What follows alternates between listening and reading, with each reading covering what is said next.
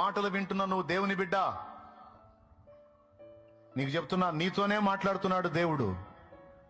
నిన్ను కోల్పోయిన వాళ్ళు దరిద్రులు, నీలాంటి మంచి వ్యక్తి ఆదరణ కోల్పోయిన వాళ్ళు దరిద్రులు, శాపగ్రస్తులు. వాళ్ళు ఏడవాలి గాని నువ్వు ఏడవకూడదు. సస్తగిస్తే వాళ్ళ కర్మకు వాళ్ళు చావాలి గాని నువ్వు చావకూడదు. ఇంకా చెప్పాలంటే వాళ్ళ బ్రతుకులు కూడా మార్పు చెంది వాళ్ళు తమ బ్రతుకును దిద్దుకున్నట్లు ఒక అవకాశం ఇవ్వమని వాళ్ళ కోసం నువ్వు ప్రార్థన చేయాలి. లేకపోతే వాళ్ళు శపించబడి శాపానికి అప్పగించబడి దారుణమైన పరిస్థితులకు వెళ్ళిపోతారు.